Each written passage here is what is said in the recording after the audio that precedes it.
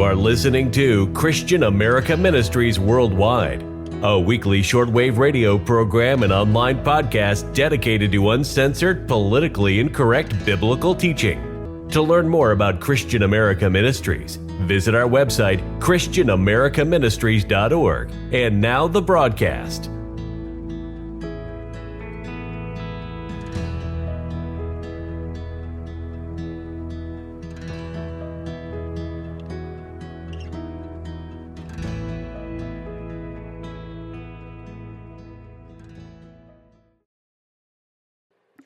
Greetings in the blessed holy name of our Lord Jesus Christ. Thank you for listening to Christian America Ministries Worldwide. I'm your host, Matthew Dyer. We're broadcasting around the world on shortwave radio this evening, as well as over the internet at our YouTube channel, Christian America Ministries on YouTube, and KingdomRadioOnline.com. If you're listening to us on YouTube, please be sure to like and subscribe. I've been told that helps, so I really appreciate those that do that. And if you want to, leave a comment down below. Preferably a nice comment, but I'll take what I can get. If it's a bad comment, we'll deal with that too. But I appreciate everybody that does that. If you're listening to us on shortwave radio, I would love to get a reception report from you. You can go to our website, christianamericaministries.org, and go to our contact page and send us a reception report through there. Let us know how and where you're listening. It's always good to know who's listening to us on shortwave radio. And we really appreciate people that do that. It helps out a lot, knowing where to put our resources at. In this broadcast, this is going to be part 3 of a case for biblical kinism. We've been going over, for those that didn't get part 1 and 2, we've been going over the biblical reasoning for kinism, which is basically that the Bible teaches that there are different races, different peoples, different kindreds, and that they're to remain separate. And we've been going over some of the arguments, and actually we haven't even got to the arguments yet. We've been going over some of the biblical principles and laws concerning biblical kinism. And now we're going to start getting into more of the arguments of the matter, where people are coming back and saying, well, what about this verse, or what about that verse? And in this broadcast, we're going to be discussing, are we of one blood? And dealing with Acts 17:26. Which is usually one of the, not the first response, or at least one of them, probably one of the first responses that a biblical kinist will get when they present their argument that, God did create the races, and that they are different, and that they're to remain separate like He created them. That's the way He intended it. And people will come back and quote this verse here, Acts 17:26. And hath made of one blood all nations of men, for to dwell on all the face of the earth, and hath determined the times before appointed, and the bounds of their habitation. End quote.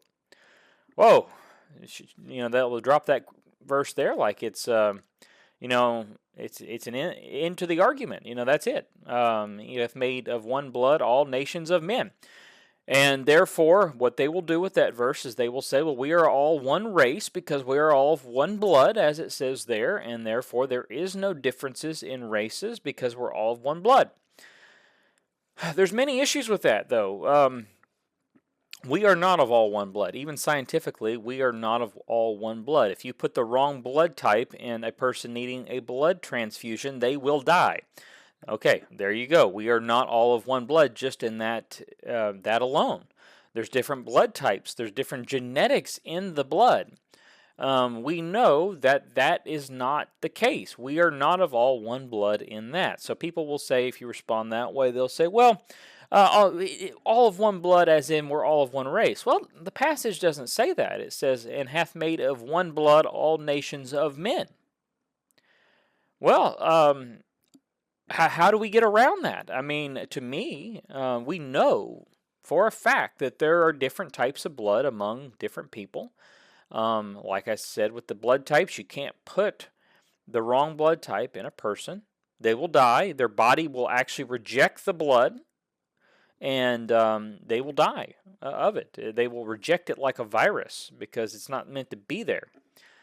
Because there's more than one type of blood. You may even remember back in the 90s, I think it was 1999, Ken Ham and a few other men co-authored a book called One Blood, The Biblical Answer to Racism, which the book was themed after Acts 17:26. And even though they really didn't address Acts 17:26 in the book, they just used it as a theme. On page 53 of their book, it says this concerning this passage. The Bible does not even use the word race in reference to people, but does describe all human beings as being, quote, one blood, Acts 17:26, and this, of course, emphasizes that we are all related, end quote. They use that. That's what they say concerning the passage in the book, and then they use that as a theme for the whole book. And it is true that the English word race does not appear in the King James Bible and other translations of the time, like the Geneva. It is true that they make that point to prove that there is no such thing as race, and therefore we are all one blood. That's how they go about it. But it does appear in other translations of the Bible after that period. Now, the reason it didn't appear in the King James is because the word race, as we use it today, wasn't very popular at that moment in time. It was a new word. It didn't really become in use until the 16 and 1700s. It wasn't being used in the way we use it in 1611 or 1599 when the Geneva was put together. But for example, here in the Brenton Septuagint translation, which was published in 1851, in this passage here in the book of Exodus, Exodus chapter 1, verse 9, it uses the word race, speaking of the race of Israel. It says here, and he said to his nation, behold, the race of the children of Israel is a great multitude and is stronger than we. End quote. And we know that's Pharaoh speaking of the children of Israel.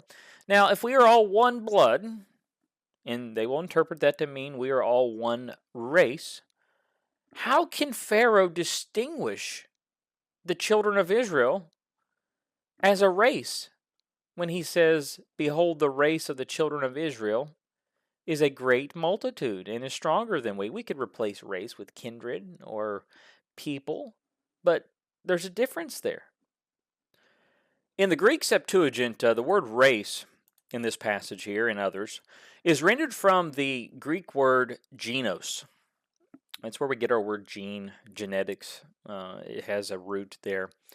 The Oxford Dictionary of the Classical World defines genos as, quote, the word genos was widely and varietily used in Greek of all periods to denote species, genus, sort, category, birth, kin, race, lineage, family, generation, posterity, end quote. Now that definition of that Greek word, what does that sound like when you're talking about species, genus, sort, kind, birth, kin, race, lineage, family, generation, posterity? I mean, it sounds like they're describing what we would call modern day race. The difference between an Irishman and an African pygmy, or an Australian aborigine, or a Chinese man. James Strong, in his exhaustive concordance of the Bible, he defines genos as this. It's G1096, by the way. Kin, abstract or consecrate, literal or figurative, individual or collective, born, country, diversity, generation, kind, kindred, nation, offspring, stock, end quote. So, once again, James Strong, in his definition of that word, it seems to line up with the Oxford Dictionary there, that the word genos is describing what you and I would describe as a modern-day race. And this Greek word genos also appears in the New Testament in the epistle of 1 Peter concerning the Israelites of the dispersion, and is translated as generation in the King James. Let's read that there. 1 Peter 2:9. But ye are a chosen generation, a royal priesthood, a holy nation, a peculiar people, that ye should show forth the praise of him who hath called you out of darkness into his marvelous light.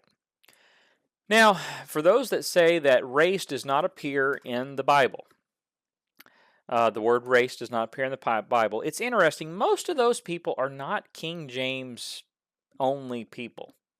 Those people that normally say that are usually using New American Standard, ESV, or something like that.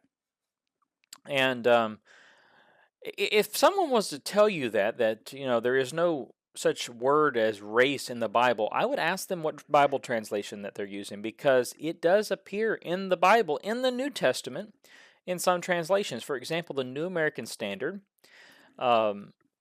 in 1 Peter 2:9 translates race the same way that Sir Lancelot Brenton did in his Septuagint in 1851. Says this: "But you are a chosen race, a royal priesthood, a holy nation, a people for God's own possession, that you may proclaim the excellencies of him who hath called you out of darkness into his marvelous light." That there is speaking of race, a race of people. And depending on what Bible translation you'll have, it'll say the same thing. For example, let's look here. The ESV says chosen race. The Berean Literal Bible, chosen race. The Legacy Standard Bible does it as a chosen family, which is not bad. I mean, I don't disagree with that at all.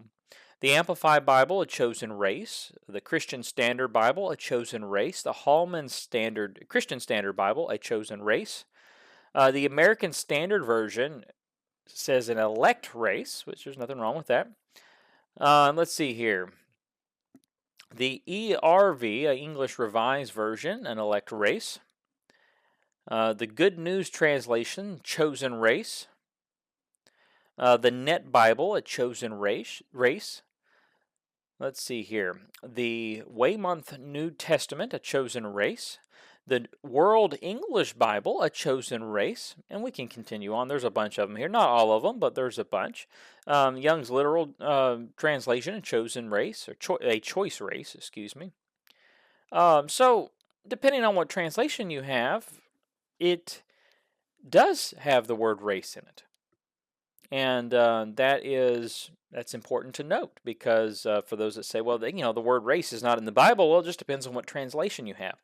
But with all that being said, all these translations I just mentioned translate this Greek word genos as race in this passage. So it does appear, and in my opinion, and I think you probably will agree at this point, for someone to say that race does not appear in the Bible, the English word race does not appear in the Bible, as an argument for saying that the Bible does not teach there is such a thing as different races, is a straw man argument and very dishonest.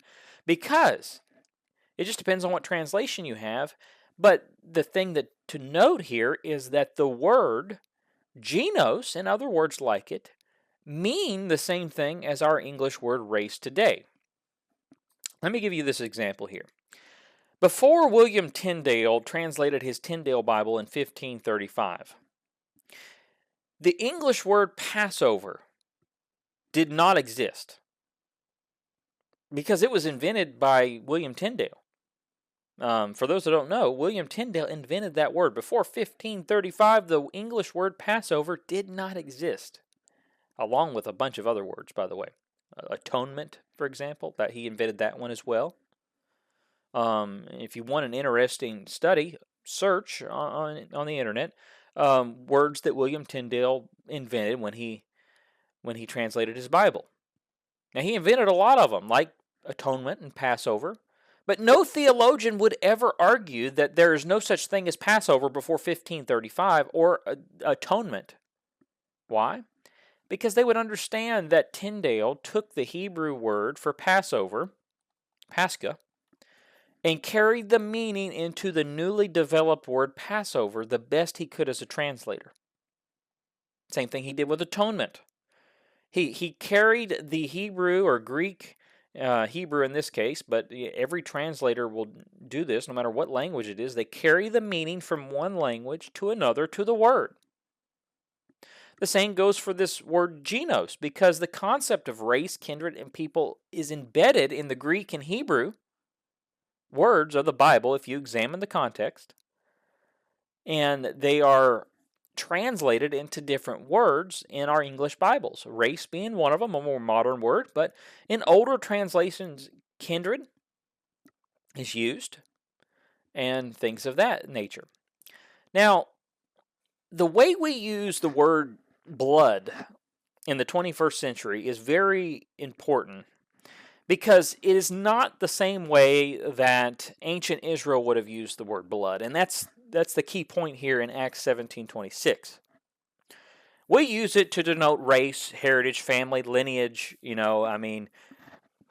We may say that that person over there has royal blood in them. And what we mean by that is they are related to English royalty. In their family, they have royal blood, a royal family in their family tree. Usually pretty close if we say that sometimes. Or what if we say that person over there is a Choctaw Indian? Or, excuse me, we say that person over there has Choctaw Indian blood in them. Now, do we literally mean that they have Choctaw Indian blood in them? No, we use it to denote heritage, just like we'd say if that person had Cherokee blood or African blood. We are using that word blood to denote heritage. Now, we may even say that person over there is a mixed blood. What do we mean by that? Well, we mean that they have a mixed heritage. Usually they're parents of a different race. Two different parents of different races, and they are the product of that relationship, so they are mixed blood. The issue with our common usage of this word is the Bible never uses the word blood in the same way we use it today. Did you know that? Rather, the Bible uses blood to mean life, not heritage, not family, but life, and a life source of all living men and animals and everything, not one's heritage. So that's very, very important to note. And I'm going to give you a few examples of how the word blood is used in the Bible. It says here in Genesis chapter 9, verse 4, "But flesh with the life thereof, which is the blood thereof, shall ye not eat." Now, note there, this is the commandment for them not to eat blood. But it says here, "But flesh with the life thereof, which is the blood thereof, shall ye eat." So the flesh and the blood there are connected to life in that passage. Let's look at another one. Leviticus chapter 17, verse 11. It says here, "For the life of the flesh is in the blood, and I have given it to you upon the altar to make atonement for your souls, for it is the blood that maketh an atonement for the soul." Now, see there? We have, for the life of the flesh is in the blood. That's a biblical principle. It's a scientific principle that we know. It's a biblical law, scientific law, that we know that the life of a man is in his blood. If you take the blood away, he's dead. The Bible knew that long ago. Deuteronomy 12:23 says this, "Only be that thou eat not the blood, for the life is the blood, and thou mayest not eat the life with the flesh." So the Israelites, as many of you know, were forbidden to eat blood. It wasn't healthy for them. They weren't supposed to do it. God didn't want them to do it. And even today, it is not recommended to eat blood. It it can have pathogens and diseases in it that we weren't meant to eat. And the Bible says the reason why is because it's describing it as the life is in the blood, so don't eat it.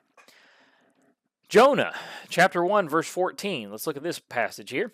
It says here, "Wherefore they cried unto the Lord and said, We beseech thee, O Lord, we beseech thee, let us not perish for this man's life, and lay not upon us innocent blood, for thou, O Lord, hast done it as it pleased thee." This is an interesting passage because the other ones we mentioned before was speaking of life in the blood, as in what you don't eat, and atonement, sacrifices, and things of that nature. In this passage, this is the men on the ship, and they are contemplating throwing Jonah overboard. And then they said, "Let us not perish for this man's life." So basically, they're saying, "Let us not be punished for killing this man, and lay not upon us innocent blood." Now, notice that blood here, innocent blood, is how they're putting it, is connected with the man's life. So we even use this same terminology today. When we say innocent blood, we're speaking of an innocent person, an innocent life, someone that's innocent that maybe was murdered. We would say that that person over there shed innocent blood. We may even say it to talk about someone that's guilty. When we say what? A person has what on their hands? Blood on their hands. And what is that being referred to in that when we use that? Well, we're speaking of life. We're not speaking of someone's heritage. We're speaking of someone's life. So even today, we use that terminology the way it does in the Bible. But not always. We'll change it up, and then we'll use it for heritage. And as you can see from these 4 verses that we looked at, just as one example, you can do a more in-depth study. It appears often in Scripture. Blood isn't used to mean speaking of a person's heritage or kindred or race. Rather, it's speaking of the life force that makes them alive. And we know today that blood carries oxygen, vitamins, antibodies, electrolytes, and other vital sources to our body throughout, from head to toe, to keep us alive.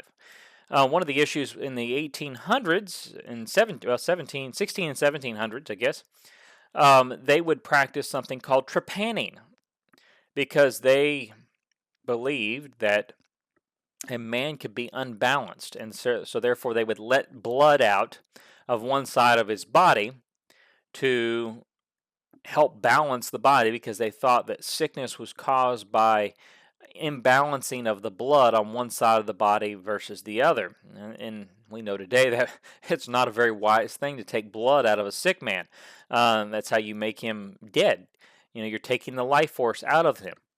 So what Acts 17:26 is saying is all men have the same life force, not that all men have the same race or heritage, but rather they all have the same life force. They all have the same type of blood that makes them alive. The same can be said for a dog too, or a cat. The same principle goes for them. If you let the blood out of a dog, the dog will die. It's not that complicated. Now, there is a phrase in the Bible that does denote heritage the same way that we use the word blood today. And that phrase is bone and flesh, which is used quite a bit in Scripture. And it's used in a way that is speaking of heritage, race, kindred, family.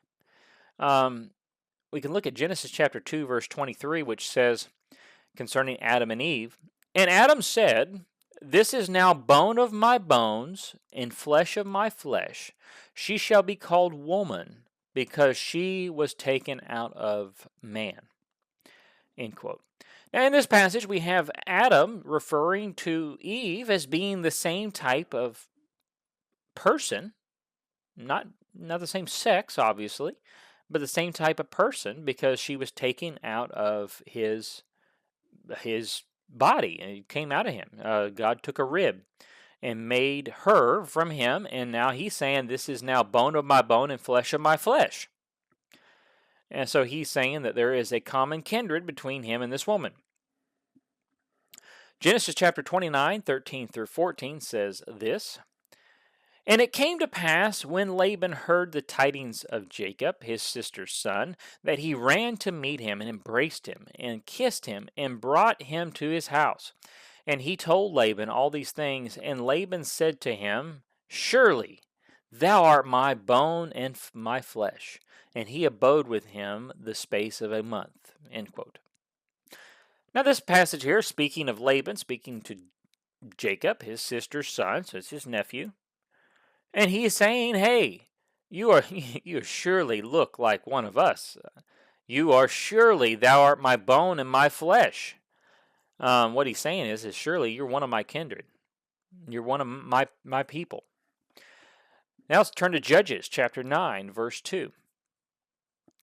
It says here, Speak, I pray you, in the ears of all the men of Shechem, whether it is better for you, either that all the sons of Jerubbaal, which are 70 persons, reign over you, or that one reign over you. Remember also that I am your bone and your flesh. End quote. And what he's saying here is he's saying, remember. We come from the same type of people. We have the same heritage. Remember that I am of your bone and I am of your flesh. Now let's look at 2 Samuel 5:1, which says, Then came all the tribes of Israel to David unto Hebron, and spake, saying, Behold, we are thy bone and thy flesh. Quote. Another one, 2 Samuel 19:12.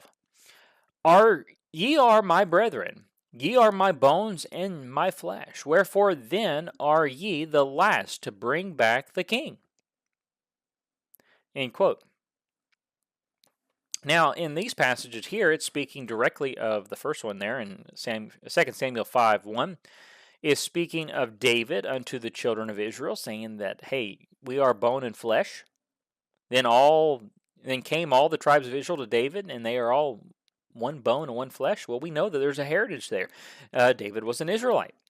And the same thing here in 2 Samuel 19:12, it says, Ye my brethren, ye are my brethren. Ye are my bones and my flesh. Well, there's two words there to denote heritage there. The word brethren, and then we have the phrase there, bone and flesh. So, the 21st century way of how we speak of a relative or someone of our own race using blood is not biblically accurate. Someone back in the days of Paul or David, they would have walked up to you like Laban did and say, Surely thou art my bone and my flesh. Not surely thou art of the same blood as I. Now, during the Old and New Testament, they just didn't use blood that way. That wasn't how they used it. In fact, I did a word study on how. I was trying to figure out when we started using the word blood to denote heritage. I couldn't find a whole lot on it, other than it did start in the Middle Ages.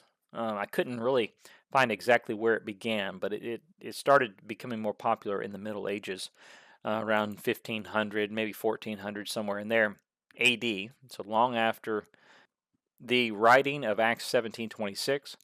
And Paul just wasn't speaking about that. He wasn't speaking of race in that passage. He was speaking of life force. And also note this too. It says in that passage in Acts 17:26, And hath made of one blood all nations of men for to dwell on all the face of the earth, and hath determined the times before appointed, and the bounds of their habitation. So here we're speaking of bounds and boundaries and divisions of these people that he's speaking about. Another thing, I don't like to focus in on this much, but another thing to know is most manuscripts, there's very few manuscripts that actually have that word there, one blood. It's usually one of all nations of men. Let's see here. In E.W. Bullinger, he states this concerning this passage, says, quote, The text omits blood. The one here means either Adam or the dust of which he was formed, end quote. Now, if you were to take what he said there, the passage is speaking of Adam. So, and not just Adam, but Adamites in that case. So people who came from Adam. And also, this is important to remember too. Most translations today, and I'm talking about modern translations, like the ESV, the ASB, the NIV, the NASB, LSB, and several others, they don't even have the word blood there. It's not even there. So the people that are making that argument, I would ask them what Bible translation they're using, because I've had people tell me that the Bible says we are all in one blood, and then they're not even reading from the King James. And I have no problem with how the King James renders that passage. It's easy to understand that he's speaking of life, not heritage in there, and that the people that use that one single verse to create an entire doctrine that contradicts other passages of the Bible, they need to read the entire context and try to understand not just the context of Acts, but like we looked here, the context of the whole Bible. Ask yourself, where else in Scripture does it use the word blood to denote heritage, race, kindred, stock? And it doesn't. Blood is used for life. Simple as that. Now, if Paul had written, and hath made of one, it hath made of bone of my bone and flesh of my flesh, all nations of men, they would have an argument. They would have an argument because then you could go all throughout Scripture and say, hey, this phrase here is to denote heritage, not life, heritage. And but that's not what's said. That is not what is said at all. It's very clear. If you look at the entire context of the Bible, that is what he's speaking about. Now that we've covered the one blood passage, we're going to be talking about who is your neighbor. In the subject of biblical kinism, one of the objections of biblical kinism is the biblical neighbor. What is your neighbor? And then they'll throw the passages throughout the Bible concerning your neighbor. And I don't know about the rest of the world. Maybe some of those out there that listen in different countries can chime in the comments below if you're listening to us on YouTube, how your culture defines a neighbor. But in America, when we think of a neighbor, we think of our next door neighbor. Unless you live in a rural area like I do, I don't have a next door neighbor. My neighbor would be the closest person that lives to my house. And I mean, they could be a half a mile away or 5 miles away, depending on where you live. And that could be your neighbor. I've lived in some places where, you couldn't even see your neighbor. And when discussing kinism, or even our ever-growing mass immigration problem here in America, I've heard many Christians say in objection to pro-kinist theology, something like, everyone is your neighbor. And make an argument that we as Christians should love every kindred exactly the same, to the degree that we should want them to immigrate to our country and be a part of our people, no matter the cost, because to do otherwise is disobeying Jesus. And if you were to challenge that person who believes that everybody in the world is their neighbor, and ask them, hey, can you give me a biblical text that backs that up? Because I really don't think economically and socially that mass immigration into any given country by another people is a good idea. I mean, I can show you and explain to you why. And historically, we can see how it's detrimental to a society and a kindred and a people, and that's how nations are destroyed.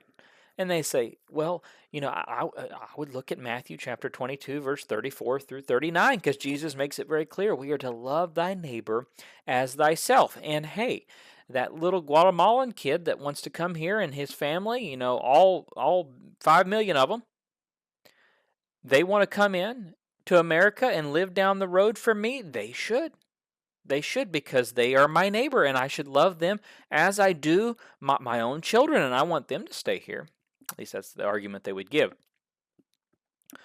Let's look at Matthew chapter 22, verse 34 through 39. It says here, but when the Pharisees had heard that he had put the Sadducees to silence, they were gathered together. Then one of them, which was a lawyer, asked him a question, tempting him, and saying, Master, which is the great commandment in the law? And Jesus said unto them, Thou shalt love the Lord thy God with all thy heart, and with all thy soul, and with all thy mind. This is the first and great commandment. And the second is like unto it, Thou shalt love thy neighbor as thyself. And on these two commandments hang all the law and the prophets. End quote. In this passage, the sect of the Pharisees are trying to entrap Jesus by having him tell them what he thought the greatest commandment is. They're trying to entrap him. And Jesus replied by summing up all the laws of God in a very short sentence. And how did he do that, you may wonder? Well, it's simple. If you love God with all your heart, soul, and mind, you will obey him and follow his commandments. John 14:15 would be one that you could look up. and to not want to worship false gods. You want to serve God. How do you serve God? You follow His commandments. You do what He tells you to do. That's how you serve and worship Him. If you truly love your neighbor, you won't steal from him, which is part of the law. You won't cheat him. You won't murder him. You won't support the things that hinder him. You'll do things in the Bible, laid out in God's law, that are described as loving your neighbor, which is, obeying God's law. You won't steal from him. You won't murder him. That's loving your neighbor. You won't cheat him. You won't put him into usury. You won't charge him usury on loans. You'll take care of him. You won't do things to hinder him, like mass migration or mass immigration. That hinders our neighbor. It hinders his children. It causes foreigners to come in and steal their jobs. That affects your neighbor. Every law of God found in the Bible fits into one of these two categories, either loving God with all your soul, mind, and spirit, or loving thy neighbor as thyself. This wasn't a new idea, what Jesus was presenting. It wasn't. It was rather a very old idea found in Deuteronomy chapter 6, verse 4 through 5. He was quoting from the Old Testament. It says here, "Hear, O Israel, the Lord our God is one Lord, and thou shalt love the Lord thy God with all thy heart, and with all thy soul, and with all thy might." End quote. There's the first great commandment. Now, let's see where we can find the second great commandment, which was in the book of Leviticus, chapter 19, verse 16 through 18. It says here, "Thou shalt not go up and down as a talebearer among thy people, neither shalt thou stand against the blood of thy neighbor. I am the Lord. Thou shalt not hate thy brother in thy heart. Thou shalt in any wise rebuke thy neighbor, and not suffer sin upon him. Thou shalt not avenge, nor bear any grudge against thy children of thy people, but thou shalt love thy neighbor as thyself. I am the Lord." End quote. Now, notice here in Leviticus chapter 19, verse 16 through 18, it says here, "Thou shalt not go up and down as a talebearer among thy people." Oh, there we go. We're talking about thy people there. Okay, now let's continue on. "Neither shalt thou stand against the blood of thy neighbor," or we could say the life of thy neighbor. There's another instance where blood is speaking of life. It's not speaking of heritage, because we're already speaking of someone's neighbor, which is of thy people. It goes on to say, "And I am the Lord. Thou shalt not hate thy brother in thy heart, and thou shalt in any wise rebuke thy neighbor, and not suffer upon him." You see, the words here, neighbor and thy brother and thy people, are all interchangeable. Thy people is the same as thy brother, and thy brother is same as thy neighbor. And it says here that thou shalt not avenge nor bear any grudge against the children of thy people, but thou shalt love thy neighbor as thyself. The concept of a neighbor from the verse that Jesus is quoting is directly connected with thy people and thy brother, thy brethren. Because the Israelites were a kinnish nation. They didn't have other people immigrating there and living among them the way that so many communists are promoting today. So the concept of thy neighbor would have been a kinnish concept to the Israelite. When you said thy neighbor, they would not have thought you were speaking of the Hittites or the Amorites or the Canaanites. That's not what would have came to their mind. Their mind would have automatically been drawn to a racial brother of theirs, the Israelites. And when they love thy neighbor as their self, he's not advocating, when Jesus says that, he's not advocating that all people are the same. I'm breaking down the God-ordained racial boundaries which God put in place, and now I'm saying you should love everybody as thyself. He's not advocating that. He's not advocating that we are all to intermingle and become one race, a melting pot of bronze men. No, he's not advocating that at all. He's instructing us that we should love our people as we would ourselves because they are part of us. I remember in one of the previous parts we spoke about usury. and how in God's law, the Israelites were commanded not to charge usury to their kindred, but they could charge usury to a nokri, which was a person outside of the race of Israel. Now, that's because the Israelite people were a part of them. They weren't supposed to hinder them in that way, but they could other people. Now, this isn't to say that Jesus is teaching that one kindred is to hate another kindred just because they are not of your people. He's not saying that at all. A lot of people will take that this way, that he's saying, love thy neighbor as thyself, so therefore you need to hate everybody else. No, what he's saying here is that you are to love your kindred in a way that takes priority over someone else's kindred. So what this means is that your race and your nation should take priority over another race and nation. You should be more concerned about your own race and your own nation rather than some foreign nation on the other side of the world. American foreign policy could use a lesson in this, because we are very good, the United States government is very good at sending money and funds and resources to everyone under the sun rather than their own people, which is a whole other subject, but this concept's the same. A Kinis nation, a biblical Kinis nation, wouldn't do that. They'd put their people above all other people. Is it because they hate everybody else? No, it's because there's priorities that must take place. I love my wife.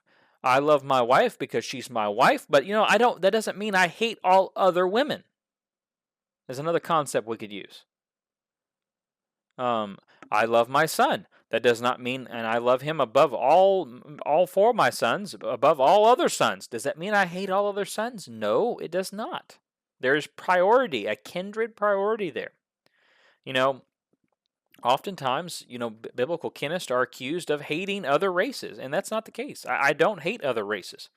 I don't hate them for who they are, not a little bit. God made them that way, and I want them to stay that way. I don't want them to intermingle and cease to exist, their culture be erased. I want them to stay the way God made them. I want them to have their own culture. I want them to have their own heritage.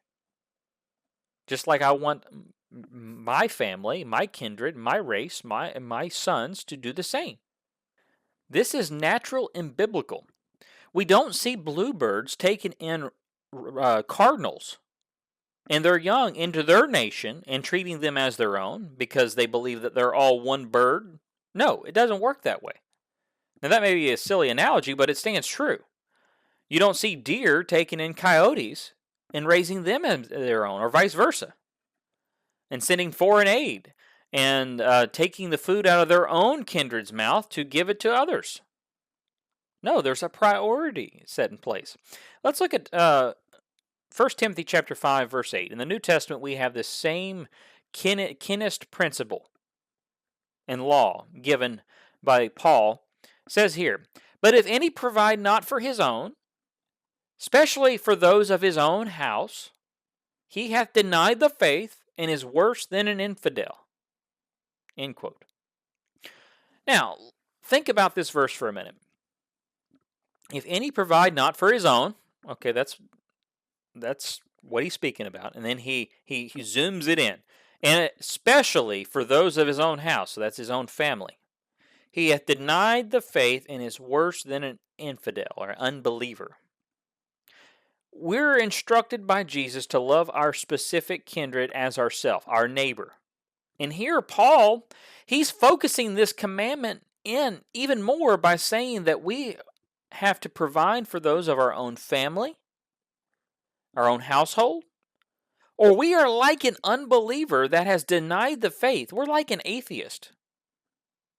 Now, many may be wondering why, what does this have to do with biblical kinism? And the answer is it has everything to do with biblical kinism.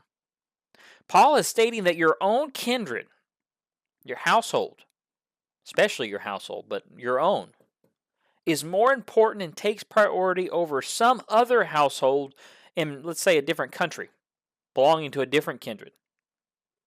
So biblically, my household takes more priority than a household in Ireland or a household in Guatemala, or a household in Australia, or New Zealand, fill in the blank. My household takes priority, a kinist, biblical kinist priority over them. And there's nothing wrong with that. It would be wrong for me to abandon my children, abandon them, send them out in the streets, or take food out of their mouth and give it to some other child in another country, in another kindred, another nation, and give it to them, and let my children starve. My family, my household should take priority. That is natural. People will do that whether they consider themselves a biblical kinist or not. A father and mother, unless they're insane, is not going to take food out of their baby's mouth to give it to somebody else's baby and allow their baby to starve. Our instinct, everything in our body tells us not to do that. And the same goes for our tribe, our kindred.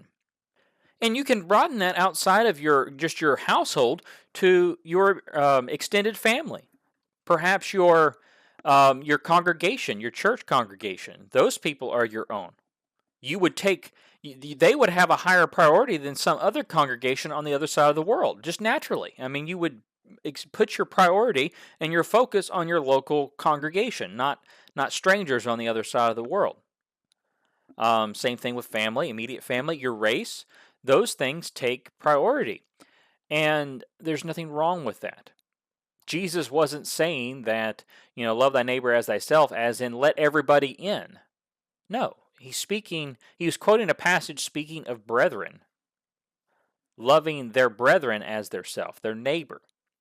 And you have to look at the context of that passage to understand what he was speaking about. So a Christian who would support, let's say, an open border policy into their country, which would allow millions of racial foreigners to flood in, that bring with them a false religion. Their presence lowers the job rates for their own kindred and the wages for their own kindred. We've seen that with Mexico the last 30 years, how you'll have Mexicans come in and work for less, and our own kindred pays the consequences for it. Crime levels, they'll raise when these foreign invaders come in. Crime levels raise. Just look at the cities that have a lot of the immigrants that have been coming into this nation just here recently. Not to mention, the past 30, 40 years. The crime levels jump, they skyrocket. It destroys communities.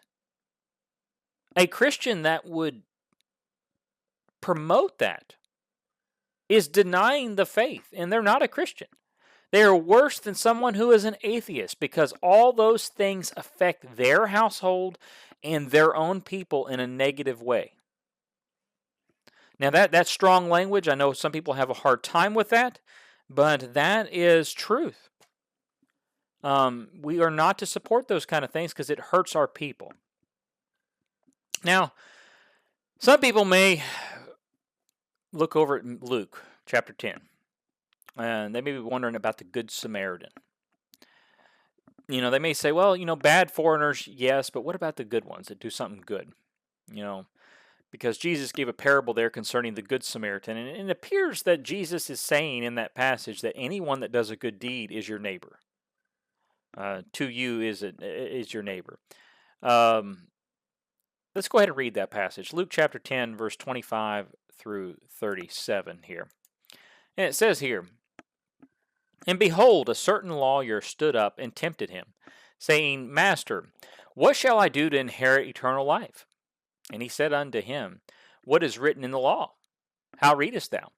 And he answering said, Thou shalt love the Lord thy God with all thy heart, with all thy soul, and with all thy strength, and with all thy mind, and thy neighbor as thyself. And he said unto him, Thou hast answered rightly. This do, and thou shalt live. But he, willing to justify himself, said unto Jesus, And who is my neighbor? And Jesus answered and said, A certain man went down from Jerusalem to Jericho, and fell among thieves, and which stripped him of his remnant, and wounded him, and departed, leaving him half dead. And by chance there came down a certain priest that way, and when he saw him, he passed by on the other side, and likewise a Levite. And when he was at the place, came and looked on him, and passed by on the other side. But a certain Samaritan, as he journeyed, came where he was. And when he saw him, he had compassion on him, and went to him, and bound up his wounds, pouring in oil and wine, and set him on his own beast, and brought him to an inn, and took care of him. And on the morrow, when he departed, he took out two pence, and gave them to the host, and said unto him, Take care of him, and whatever so thou spendest more, when I come, I will repay thee. Which now of these three thinkest thou was a neighbor unto him that fell among the thieves? And he said, He that showeth mercy on him. And then said Jesus unto him, Go and do thou likewise. End quote. This passage, and the way that it is commonly interpreted to mean, is anyone who does a good deed to you is your neighbor, is based on the false idea that all those who lived in Samaria were non-Israelites. They take this passage to be a racial thing. And many people will teach that everyone in Samaria was either a non-Israelite or a mixed people. And it is true there were mixed people living in the land of Samaria. But they were not all that way. For example, in John chapter 4, when Jesus is speaking to the woman of Samaria, she acknowledges that Jacob is her father, John 4:12, and even understood some of the scriptures concerning the coming Messiah. The Samaritans and the Israelites were directly related. They had a very rough history with one another, some big animosity towards each other that went back generations. They did not like one another.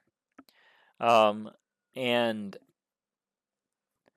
the reason Jesus picked the Samaritan to be the good guy in this case, or the good neighbor, I should say, because Jesus knew of the bad history among the two groups of people, the Judeans and the Samaritans, and he knew that lawyer would have never picked that Samaritan to be the good guy in a million years. He would have picked the Levite or the priest because of the history. And if you think about it, in this parable, Jesus is increasing the qualifications of a true neighbor as not just being of the same kindred. Remember, that's already a qualification from the passage that he quoted. Not just being someone of the same kindred, but also having a love for each other like was commanded by Jesus in Matthew 22:38. So, the Levite and the priest would have been the kindred to this man, and so would have the Samaritan. But because of the bad blood of the Samaritans, the bad history, he wouldn't have picked him. But he was good to him, so he increased the qualifications and was a true neighbor to that person. If we interpret this passage to mean anyone universally who does a good deed to you is your neighbor and should be welcomed into your home, your country, your congregation without any qualifiers, we're going to have some huge problems. Imagine if a man who, murdered 5 people and is heading home after dumping their bodies in the swamp and find you stranded on the side of the road and with a flat tire and decides to do a good deed and help you change your tire, maybe to get an alibi, who knows, but and get you back on the road. Although a good deed, it would be very unwise to invite him into your home or invite him to move in next door to you. Just because of that single deed, that one qualifier. Or perhaps you have an open homosexual in your community that is the kindest, most loving person you've ever known. I've heard that often. So thoughtful. He's the nicest person I've ever known. Now, although this person may be kind to you, they may be your own kindred. Because they are a homosexual and in sin, they are not your true neighbor. And it would be, as an example, be very unwise to ask them to babysit your 10-year-old son for the weekend. They may be your kindred, but they're not your neighbor because of that disqualifier. They are not among your people. Even though, like I said, they may be of your kindred, but Jesus increased the qualifications. So they need to be Christian. They need to be one of yours in that way. Same thing, if you're a Christian and your next door neighbor is a kindred to you, but they're a Satanist, they're not your neighbor. They don't hold the same values as you. But most people take this passage in Luke 10 to mean anyone that does a good deed is welcome. But that's not true. Based upon this false position, a murderer, a rapist, a prostitute, a thief, or any kind of fornicator, any person of any false religion, should all be accepted as your neighbor as long as they do a good deed every now and then. This is not what the Bible teaches. A biblical neighbor is someone who is of thy people, and out of your people, someone who loves you as your neighbor, as their neighbor, as they do themselves. Or in other words, they are Christian. So those are the two qualifiers. They are of your people, and they love you as their neighbor as they do themselves, and you likewise. Not just anybody. If you want to learn, I forgot to mention this a minute ago, if you want to learn more about the Samaritans, I did do a 2-part series on the Samaritans back in, it was a sermon series, not a radio series, back last summer. So if you want to learn more about them, I'll add that in there because there's some rich history there that I would recommend everybody to be at least familiar with. With that being said, there's much more that can be said on neighbors, but I think we covered enough that a biblical neighbor has qualifiers. It's not just anybody. Thank you for listening to Christian American Ministries. We're about done on this hour here this evening, and next week we'll pick back up with part 4 of A Case for Biblical Kinism. We'll be discussing the objection to kinism that Moses married a black woman, which is a common one. If you're listening to us on Shortwave Radio this evening, I'd love to hear from you. If you can go to our website, christianamericaministries.org, and send us a reception report. Let us know how and where you're listening. If you do that, send me your address, and I will send you a free copy of one of my books, free of charge, just as a thank you for doing that. I really appreciate everybody that checks in and does send that. We got a reception report the other day from the UK, so the signal's getting way out there. I haven't got one from the UK in a long time, so I really appreciate that reception report. And those listening to us on YouTube this evening, please be sure to like and subscribe, and throw a comment below, and share these broadcasts and help them get out. We really appreciate that. And until next time, come back next week for another broadcast. You've been listening to Christian American Ministries Worldwide. Thanks for listening.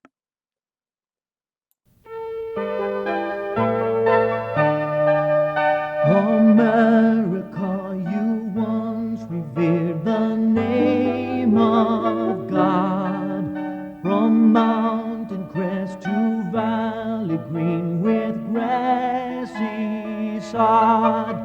But see how you have wandered into foreign ways, where black and white of wrong and right have blurred to grace. Reclaim America for God, O Christian race. Throw down the Antichrist from every holy place. No king but Jesus Christ, the faithful minute man. And so do we who claim America again. The law of God was once the law of this his land, and no offense. Thank you for listening to Christian America Ministries. If you are blessed by this outreach ministry, please consider going to www.christianamericaministries.org to our contact page and donating to our radio ministry to help keep this program on the air. We appreciate your support.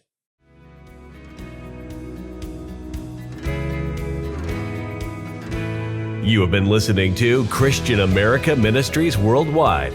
Come back next week on Shortwave Radio or on the internet for our next broadcast.